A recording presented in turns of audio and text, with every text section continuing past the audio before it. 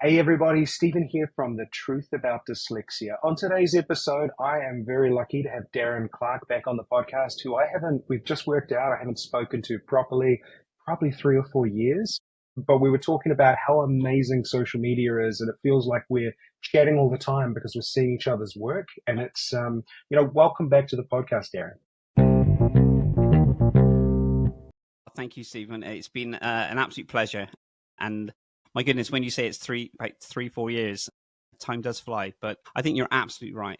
It's been amazing when you have a community like ours and you can able to see people on social media and see how their work and what they're doing. I think it's a sheer joy. But thank you so much again for You're allowing me welcome. back on. And yeah, mate. And as I say, for everyone listening, we're going to have a bit of an all-around conversation because, Darren's been in the neurodiversity dyslexia space for years now. I remember when he went to Africa, he's done work. He, goes to all of the big events. He's done amazing podcasts. If you check him out on TikTok with neurodiversity stories, which are just amazing. And I'll definitely be picking your brain on some of the stories that have stood out to you over the years. And we're also going to, one of the other topics I also think we'll be talking about today is kind of that self-confidence around dyslexia and really learning to sell yourself. We're both business owners. I don't know about Darren, but I'm definitely not employable anymore. I'd be a horrible person to be employed I just don't think I've got the skill set. I'm not sure about you, Darren. I think I guess it's almost, I always think of it as the analogy of like the Wizard of Oz when I think of this, like you kind of see, how the system runs and everything else. And then you kind of pull back the curtain and then you've got the almighty wizard kind of spinning the wheel. And I think that analogy, I think for me, it's once you kind of know the structure of things, you then, from a dyslexic point of view, try and replicate that to try and, set your own kind of stall out and run your own business. Yeah, I think without going too deep into this, but I think in the ever changing world of looking at the way that organizations work with people from a neurodivergent point of view, I've seen I've worked with some incredible companies and I've seen some amazing things, but I still feel that we're really far off of where we need to be to get that perfect point of having someone who is able to run their own business and deal with, and be able to function in that way to then be able to go into an organization. So I think, yeah. So in answer to your question, I think it is very tricky once you know how you do things and how you'd have to do things in certain corporate environments. I can imagine, and that's the feeling I got. Like I think I left the business. I left working for people 15 years ago. Went out on my own and have owned probably 7 or 8 companies. Some being successful, some being learning lessons, some being complete bonfires. Others having being sold. And so like I think you did right. It's a great example about pulling the curtain back and seeing what's there. And like because you yourself have had multiple different interesting things over the years, right? Different Yeah, businesses. I mean, certainly, I left school with no qualifications at all. So in the UK, we have GCSEs, and then obviously A levels and degrees and all the other bits and pieces that are incredible. And I'm a massive advocate of education. I'm not saying that in any way, shape, or form, but because of undiagnosed dyslexia, it just wasn't put through through the system. But I genuinely think when you work in an organization and you begin to kind of conform in a way of this. And I've had the beauty of understanding both aspects really, because even though I started school, left school with no qualifications, I was still able to grow a very successful corporate career, and got very, very high up through that level. So I've seen what that looks like. And I've also then been able to see the other side of starting my own businesses and then collaborating and working with organizations again. I feel like I've had several lives, and I've almost sort of saw all of the different things, the different ways of working. Yes. And do you still get the same energy when you start something new, that, that excitement of, you kind of, I guess as we grow into it, we slow down a little bit only because we know how bad it can be to rush too quickly, but there's this part of you, right, that just wants to run in and start it. I think I always, similar to yourself, I've had several businesses. Some's gone really, really well. Some's just gone astronomically brilliantly. And others have just sort of stayed on the laptop in Canva, Yeah. just kind of a design and thinking. But yeah, I think that excitement, that kind of movement you get in your stomach, so to speak, that kind of, yeah, this is going to be great. But what I've learned over the years is to, as you've mentioned, we do, I'm 48 now, and I feel like I've still got so much to give, but I'm realistic that some of the things I used to do is sort of 1920, just running around the streets in bits and pieces, doing things. I still have that mindset of doing it, but I guess from a strategic point of view, I try and collaborate more now with people and Yes. organizations, and to grow it in another way. And I think, like yourself, if you start a business, I think it's good to start a business and have the success of a business. And I also think it's great to start a business and not have the success. I think the learning curves of it are both really, really valuable.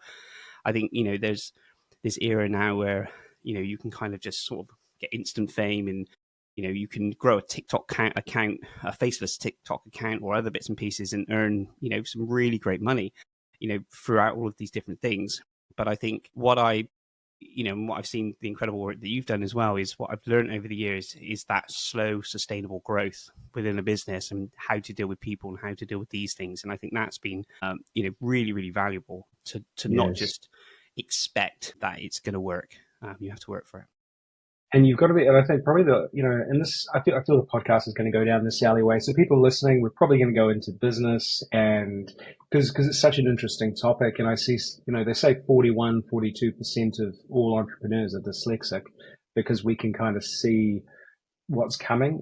Sometimes we're a bit ahead of the time curve. Sometimes we're a little bit behind, but a lot of the time we're in there. And something I used to teach a lot is, and I did this from experience, is many dyslexics are great at taking the plane off the runway, getting it into the air. We're great to get it just about to that point where it's going to get boring and slow down. Just as we're about to get to the point where it starts making money and everything starts to work, we grab a parachute and then jump out the side, and we're out again. And we're thinking about what's the next thing that we can do before we've really gotten the benefit. Does that kind of sound Oh, true? the analogy is beautiful, and you're absolutely right.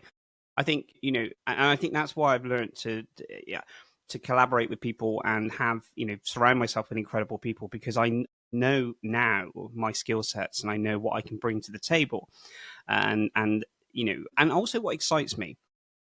Because if I come up with an idea, or we come up with an idea, and we think we're going to create this business, we're going to run with it, I know that theoretically I've only got, I don't know, it could be 6 months, could be a year, could be 2 years, could be 3 years in that business, within this role, before it then grows and evolves.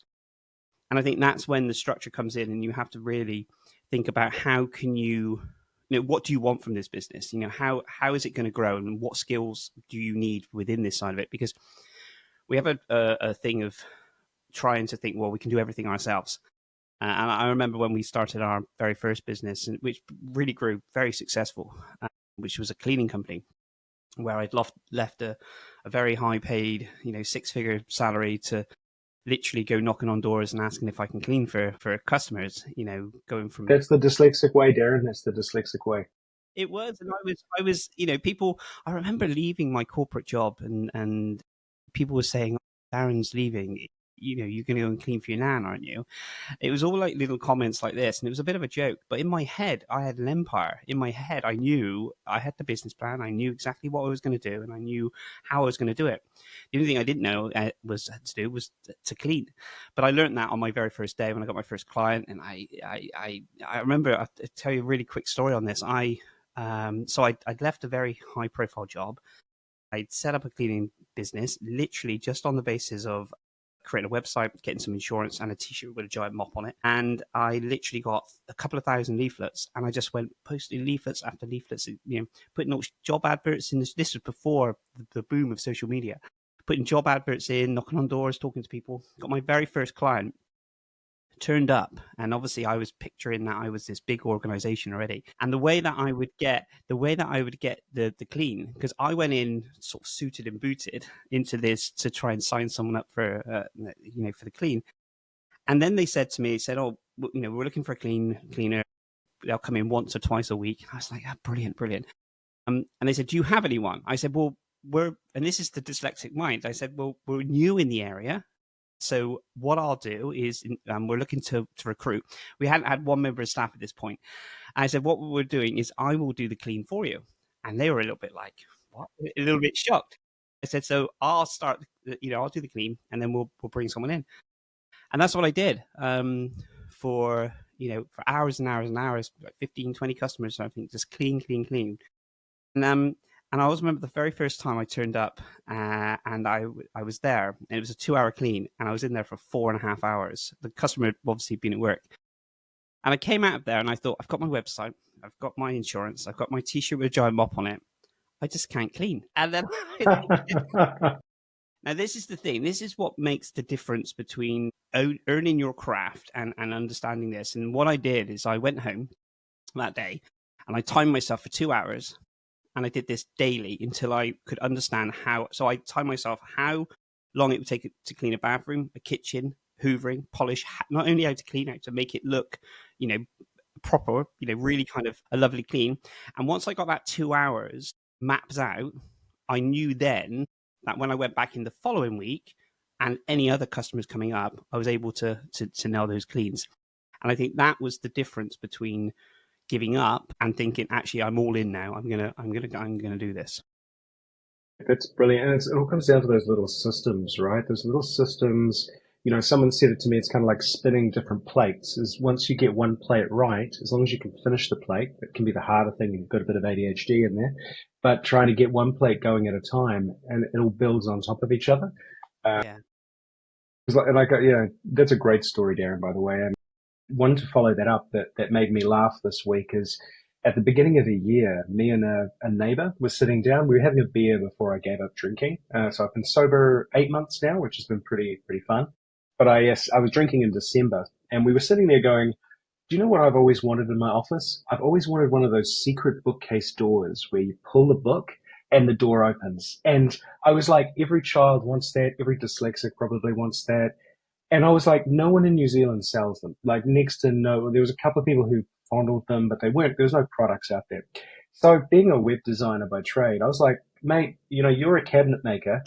I'm a web designer. I'm going to put a website up and let's see where it goes. Now, I put this up in January. I did a reasonable job, but I forgot about it. And I didn't check where the contact form went to. I just forgot about it. I was just the dyslexic way. It was 98% finished. I forgot the last 2%. And then one of my team in July, a week or two ago, messaged me and said, where should I send all these leads? And I was like, what leads? And they're saying for Wonder Doors. And I was like, oh, Wonder Doors. And I found out I had 37, very qualified leads that had come through asking to put specs in so we could provide them with these bookcase doors across New Zealand. And I was sitting there going, this is the most dyslexic thing I've done in a long time. But I'm like, oh, wow, we've got a business model. How much fun is that? Oh, that is incredible. That literally gave me goosebumps just thinking about it. And it is. It's these ideas, and you think, is this going to work? Is this not? And you put it out there, and then life gets in the way, or other things get in the way, and you think, and then you get that reward then where it comes back. And I think it's almost like you tested the market to see if it's there. I think there should be more space for time to be creative. I think that's the key for me. And while speaking to many different incredible people, it's allowing that time to understand how do you get creative, because we can get so bogged down with so many different things, and it's those moments when you think to yourself, actually, this could potentially be a good idea, and then it's okay, like you've done. You said, what skill settings do I have? Web designer, I can create this. I've got the ideas. So those are the skills, and then you've outsourced. And you've asked the question to then who could potentially not partner, or who could do this, or who could I get to do that side of it. And I think that is the beautifulness of a dyslexic mind, in the sense that you're always thinking the ideas and creative, but who can come along with me on this journey? Yes, I think you made that. You're very right, and you see Richard Branson talk a lot about that. That's probably the biggest thing he got right when he started. The two lessons I always remember from him was learn what to say no to. That was the one he's always repeated every book I've ever read.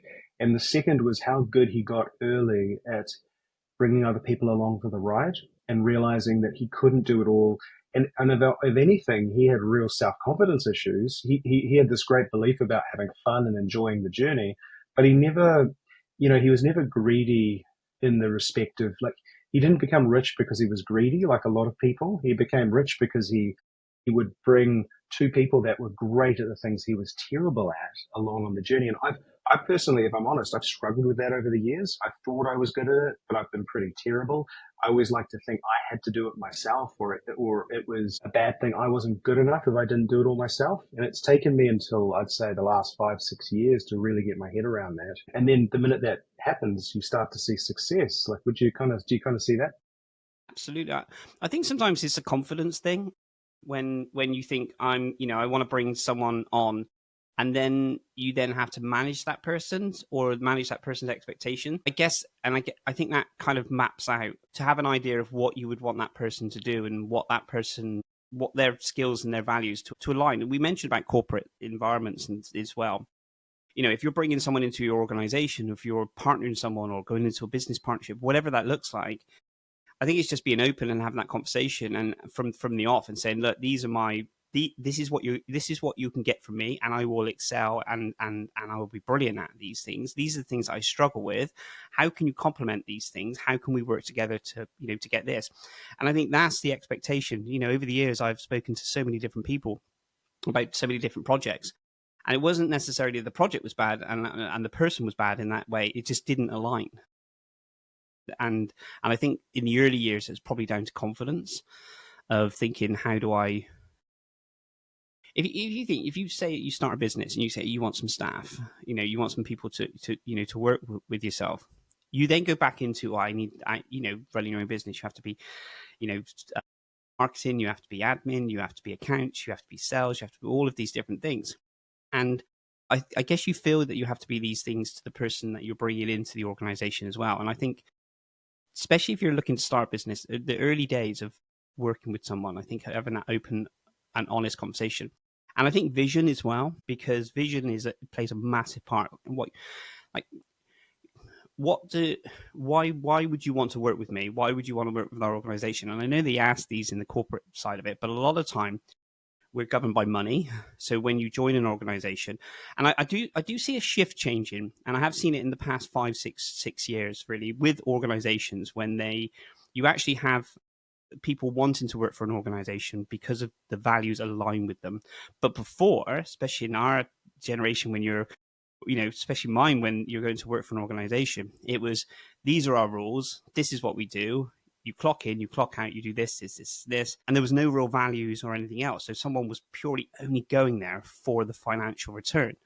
But I think now, if you can find something, and I think that's why Richard Branson's been very successful, because of the excitement and the for many different reasons, he's been very successful, but he's taken those people on a journey and he's understood what they want from that. And I don't always think it's just the finances, because you Yes. can, I've been in a job before where the finances are incredible. The wealth's incredible, the trinkets, the cars, the shares, and all the other bits and pieces. But that's not truly, and I know that's quite tongue in cheek, because people always say, well, if you've got money, you'll never say, Mm. money doesn't drive you. But I genuinely think there needs to be a purpose, and I think that's why the work that you and I have been doing for many, many years derives a purpose as well as just the financial gain. And I think that's the key. It is finding the purpose. Like, another project I'm working on at the moment is I've been trying to look at how can I help more people who are neurodiverse. So I'm working through creating a supplement company that focuses on neurodiverse thinkers. So, we're launching a sleep product by the end of the year, and then we're going to go into like a gut and a focus product early next year. And it's because so many of the products out there don't really work for sensitive brains. Melatonin can end up actually giving us problems in the morning if we wake up after melatonin. And many of the products don't help us sleep through that 3 to 4 a.m. wake up cycle, which I don't know about you. From time to time, I can have a few days where I'm up at 3 a.m. and my brain just will not switch back off.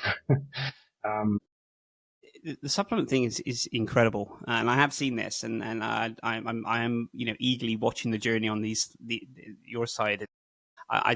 You're absolutely right. I think anything that when you mentioned about the sleep as well, calming your mind. I've been trying to go to sleep at night is always a challenge, because there's always so much that's going on, and you're always thinking. And so over the years, I've had a book next to me, so I've jot what my concerns were down and my ideas, and I've read a book, so I know that if I read a couple of pages, I'll fall asleep.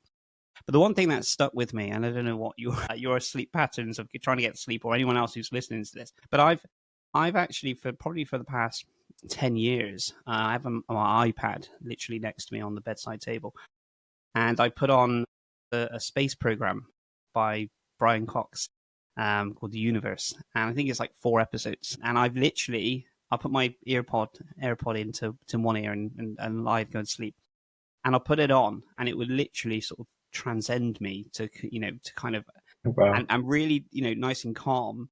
And I'd always watch about 6-7 minutes and I'll fall straight to sleep. And do you know what the kicker is that I've never watched 4 episodes. It must be 10 years, or probably many years.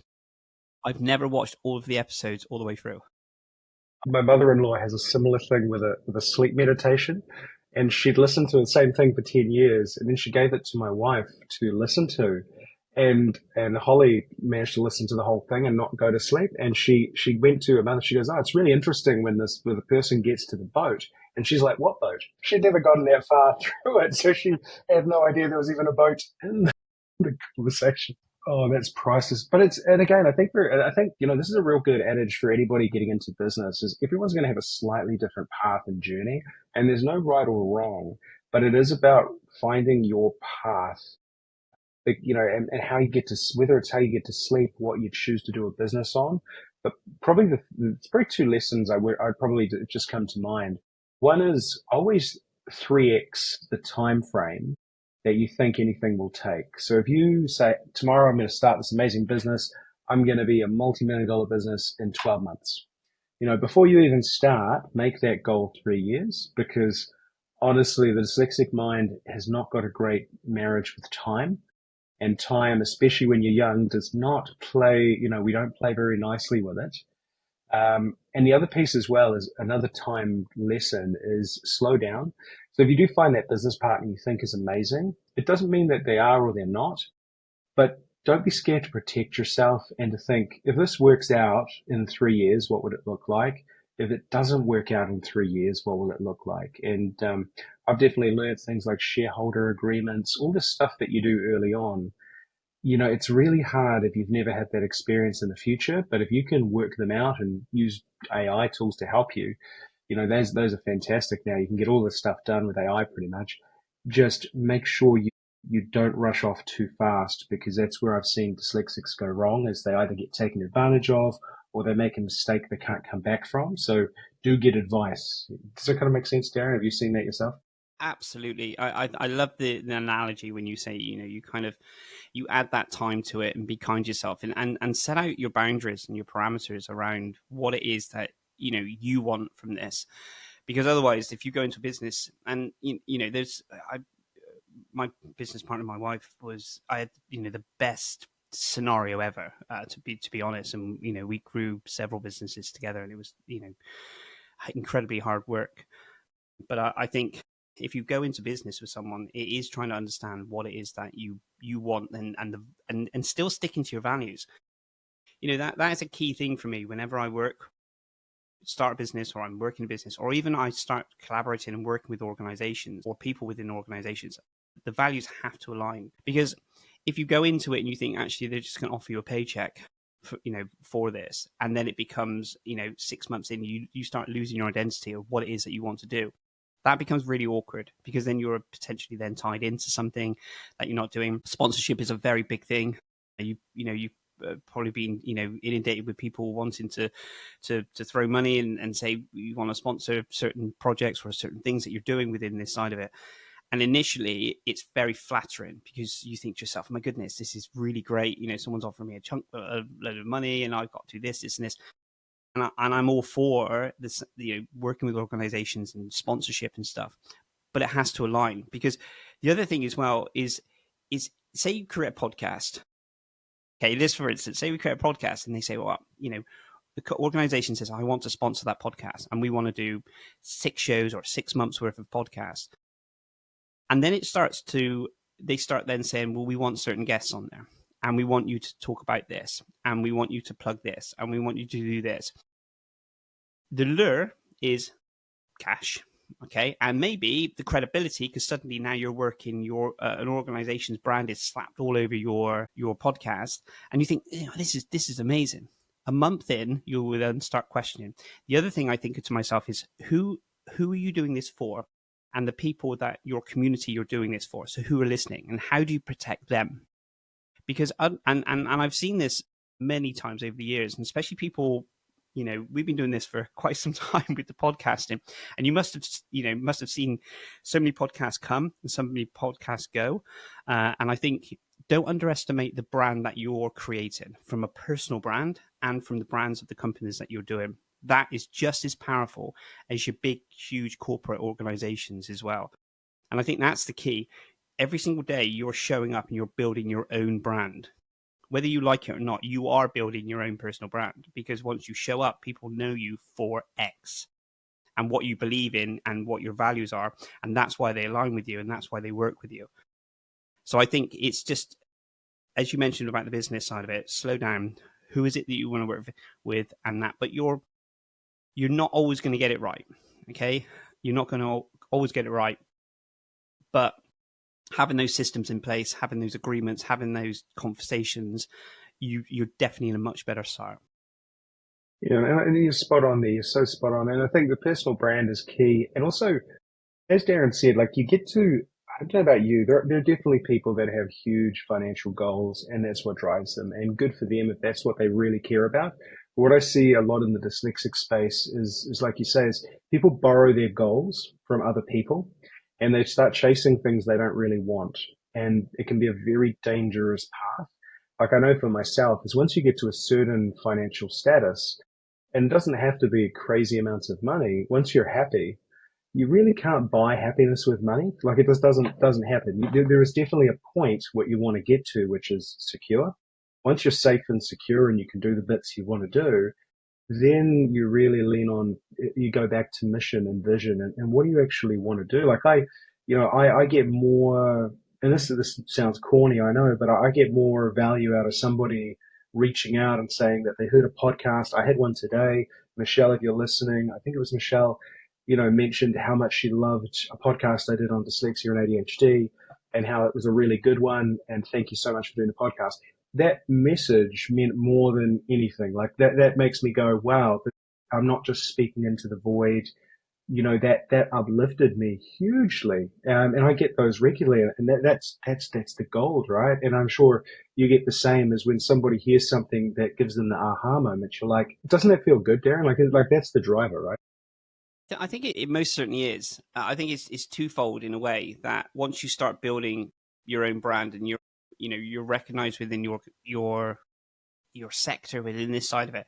There's two things. Is one, it is, I always feel humbled when someone reaches out and shares a very personal story, or they're struggling at something, or their child's struggling at something, and I think sometimes it's well, not sometimes, it is the most incredible thing, because you are honored with someone opening up and giving those messages. And what I've found on another side as well is to be sort of to understand how you can serve someone the best way. And I think for me, what I guess I didn't understand was that the second part of how I can kind of support myself through these messages. Because for instance, when I started Neurodiversity Stories, it just blew up, in the sense that there was so many people that wanted to share their stories, but then so many people wanted, because I was connected in other different ways within the dyslexic community.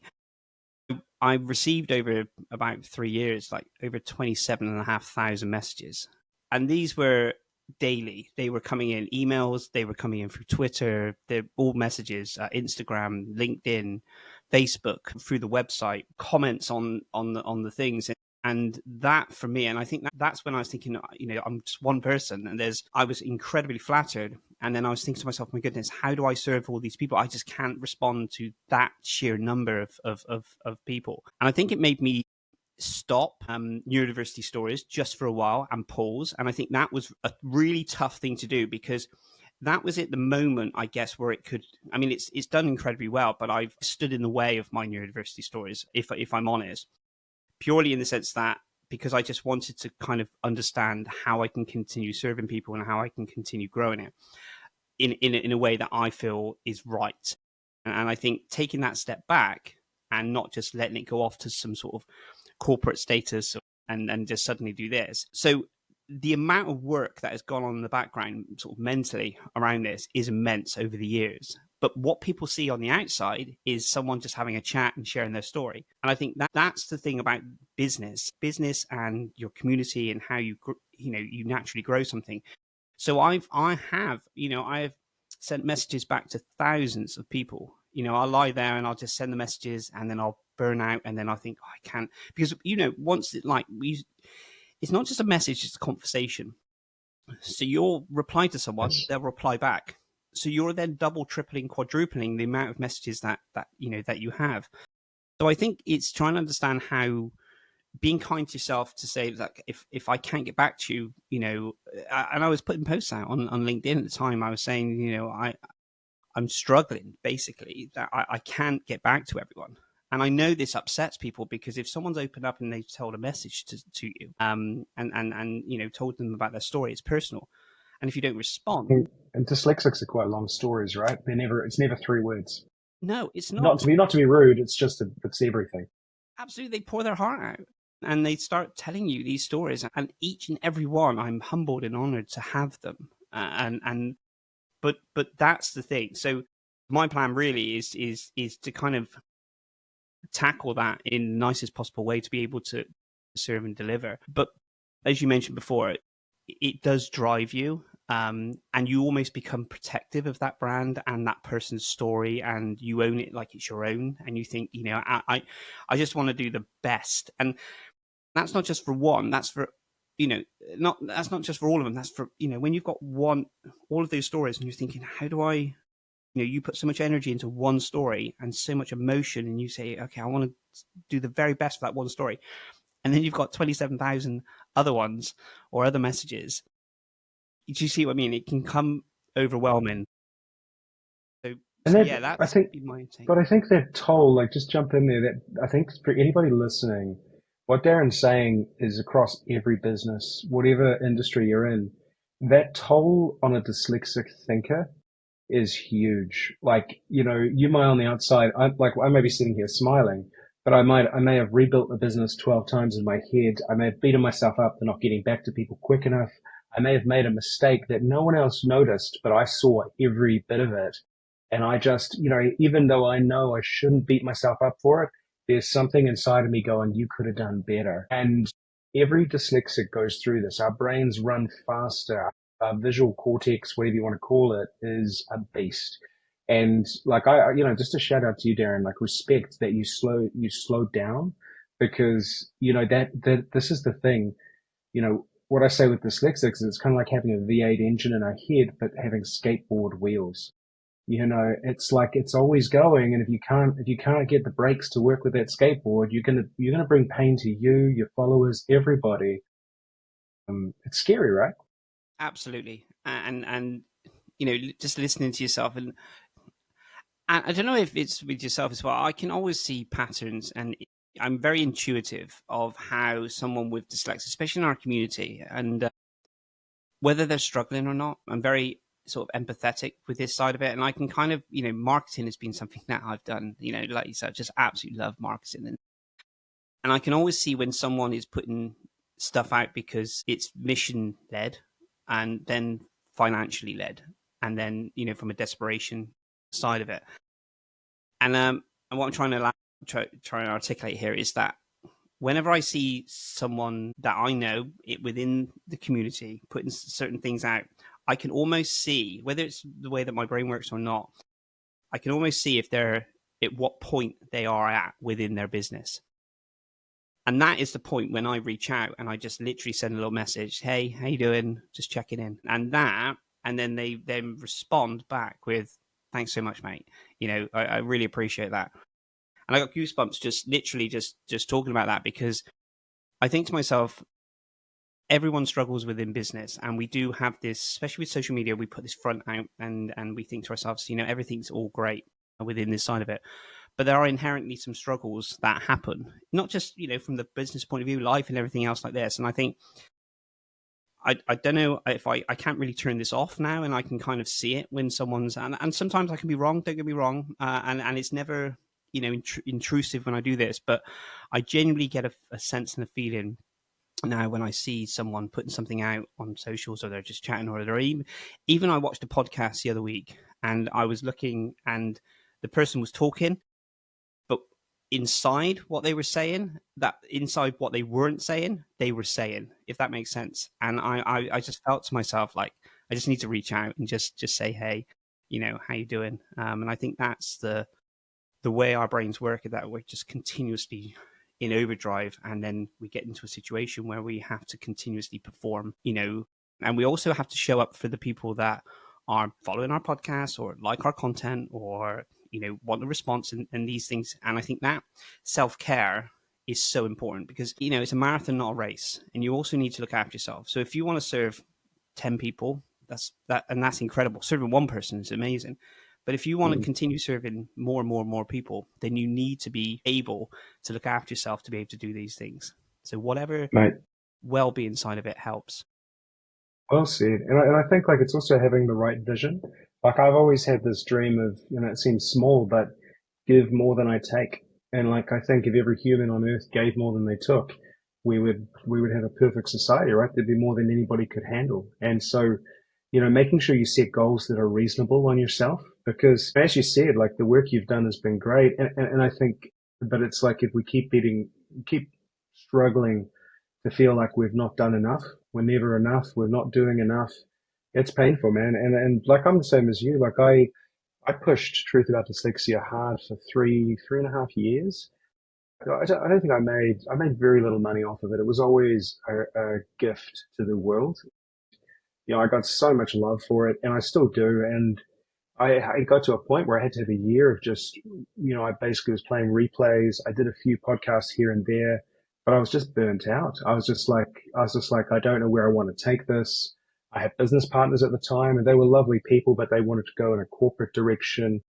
I've always been about helping the little guy. Like I love the individual who's not got hundreds of dollars to spend on coaching and stuff.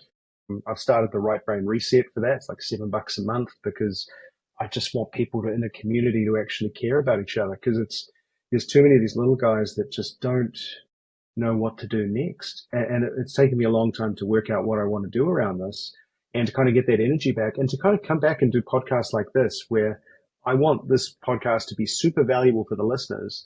But I actually want to talk to you, Darren, because I like you, Darren. I think you're a brilliant human being. You're full of gold. And I think together we can have a conversation that adds value to both our lives, right? Absolutely. And I think these moments are special, and they go within a click. And I think, having this time to just talk and share people's skill sets and show what's on their mind is priceless.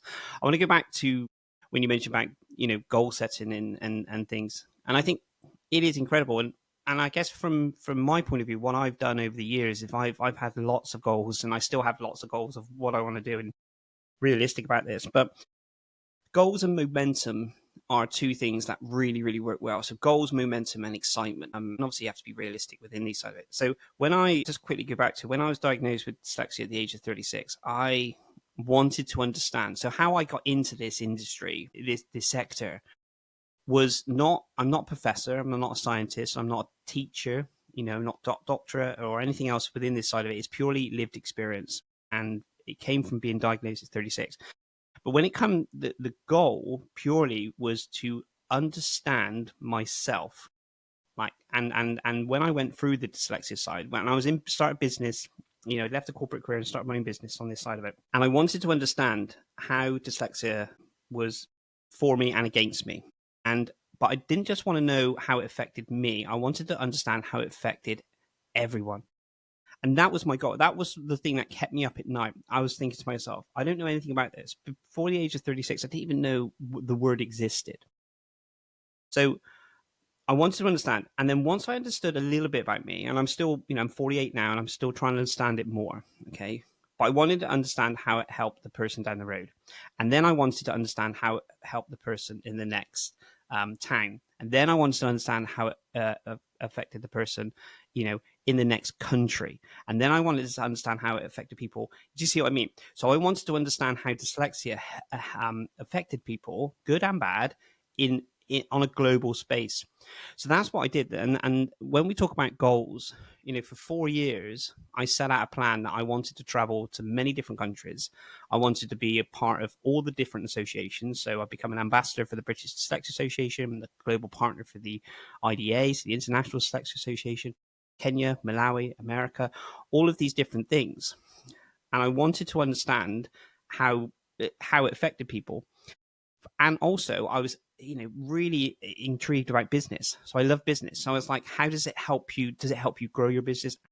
And these are the goals. So I spoke in Parliament in the UK, spoke on stages at the IDA conference, all these other things. But it all started literally by writing out a plan of my why and what answers do I want from these questions, that I had. And I knew that I had to go searching for these. And I was very fortunate at the time. We worked incredibly hard within our businesses. So I literally self-funded everything. So those 4 years, I funded all of the trips, all of the, everything that I literally have done within those 4 years were self-funded. The reward that I got from those was immense. The friends that I've built, the communities that I've now been a part of has been immense. But this is where it comes back to, what is your goal? What is your mission? And what values do you have? But the biggest thing was asking those questions and trying to get those answers for them. And I'm still searching for some more questions and answers. I love it, mate. And honestly, that is where we want to be, right? That is exactly where we want to be in life, is asking those questions. Because, and I would say the way to take that, if you are thinking from a business perspective, is when you have a great next idea, is ask yourself, is this something that you think is something you like the idea of? Like, I've had many dyslexics come up with brilliant ideas they've got no interest in or no passion in, but they think they'll make money from it. So they run down this path, they don't ask the right questions, and they get lost down a path and have to find their way back. A good example is that bookcase store idea. I'm really passionate about that. I want one of those things. Like, I think it's brilliant. Yeah, exactly. So Yeah. I'm sending one. I'm sending one over to the Cotswolds. There you go. We're sending it's our first sale in the UK already. See, look how well we're doing as a business. But Absolutely. it's like, and that's the thing, is finding those questions, making sure it's something you really want to do, because anything worth doing, as long as you keep going at it, you will succeed. You only fail when you give up. So if you don't really have the energy behind it, you're not going to keep going when it gets tough. And I'll guarantee you, it doesn't matter how many business gurus you listen to, it will get tough repeatedly and repeatedly and repeatedly. And you either burn through that because you enjoy it, you love it, you care about it, or you fall backwards because you're like, actually, do I really care about this? Was this just a fly by nighter, right? Absolutely. And I love that analogy. And I think, most people within the dyslexic community, in the neurodivergent community really, are very giving and will, be able to kind of share their advice, whether it's personally, whether it's on a call, or whether it's they've done a talk and they're talking about lived experience, or they've done a podcast and things. And I think that's the most beautiful thing, is that you can actually learn so much from people just by reaching out. And I'm not necessarily saying just because you reach out, they're going to be able to give up an hour, 2 hours of their time, but genuinely if they're doing something within the community, then you'll be able to listen to them on podcasts, like I mentioned, or talks, or, other things that they're doing. And I think that is key, because we do think to ourselves that we are alone sometimes, and we can get immensely lonely. And we think that everyone else has got all the answers and everyone else is doing great and all of these different things. But it's those moments when you can just reach out and just, put a post out or just have a conversation within the community. And I've always found it's been phenomenal. Yeah, exactly. And you can just talk shit. That's the technical word, eh? And just talk about what's ever going through your head. And I think that's the key, is like, a friend of mine calls it 5% conversations. Those 5%, like, if you can find someone you really trust, a mentor or a friend, or, someone you get on with. And I think with dyslexics, you can kind of have that intuitive bond very quickly. And if you can have those 5% conversation where you go, hey guys, I'm really struggling here. I just don't know what's next. I don't know what I'm doing. Just tell me I'm not crazy. Sometimes you just want someone to pat you on the back and say, mate, you're not the only one going through this. And I hear this all the time in my community. I'm sure you've heard it as well. It's people just have this love of finding other people that are going through the same shit they've gone through. Like that alone is worth $1 million, like to many people, right? Absolutely. I think because we do, from a social media point of view, and I mentioned social media because that is our front window, I guess, of things going on. And I think, when you, analogy of pulling back the curtain side of it as well, and you get the real truth and the honesty of someone, all you want to do really is endeavor to support, within this side and think, actually, yeah, I get it. I understand, and we do, there's lulls in so many things. And if we took from a business point of view, there's massive highs, there's massive lows, and there's moments when you're just sort of sat there thinking, I can't pay the staff, or I can't pay this, or and suddenly I'm taking the staff away to a retreat because you see what I mean. There's these swings Yeah. and roundabouts within this side of it, and I think everything, the biggest business ever that's making billions will cut staff and have issues and be problematic to that. The one person startup will have problematics, but then there will be financial gains. But I think the biggest thing I found is to really kind of look after yourself, check in, and just try and have someone that you can just, as you said, talk shit with, just have a Yeah. conversation, because it's those moments are what then takes you through the storm, of what could potentially happen. And as AI is coming out, right, we've got is our personalities. We've got the people around us. The only thing AI can't copy is our stories, you know, and who we are. And I think for everybody out there, whatever you're doing, and maybe this is a good place to finish, is this is kind of where the world is heading. So be yourself, own your thing. Is there anything else you'd like to leave us on, Darren? Like we'll make sure everything Darren does is in the show notes. Neurodiversity Stories is amazing. When he kicks his podcast off again, you got to listen. It's brilliant. What would you like to leave the world with? Leave the world with. Leave this amazing audience with, should I say? So I hopefully throughout this chain of conversation that you've heard that I've mentioned about looking after yourself and believing in yourself. I think without being all cliche and ending with you know an incredible quote, which they do better than me, but I do feel the confidence side of it is a big thing that you have to get over the barrier of. But I have achieved some incredible things, but I still feel in my mind that I'm only 5% into what I want to achieve. And if you can spend that time to find some moment, whether it's walking the dog, taking some pictures of nature, or just getting out, or just doing whatever it is, a run, bike ride, or a long car journey, or a train journey, just to get in that creative space just for 10 minutes a day, or half an hour a week or something, it will reward you tenfold. And I've been a true example of this in the sense of writing some goals down, um, achievable goals and some big goals as well, but really kind of honing in. And I think life is tough, but it's also beautiful, and there's some amazing people out there that you can connect with. And I think anything is possible, generally at any age. Mate, that is a brilliant way to finish. Thank you so much for being on the podcast, Darren. Check out his stuff below, guys, and have an epic rest of your day.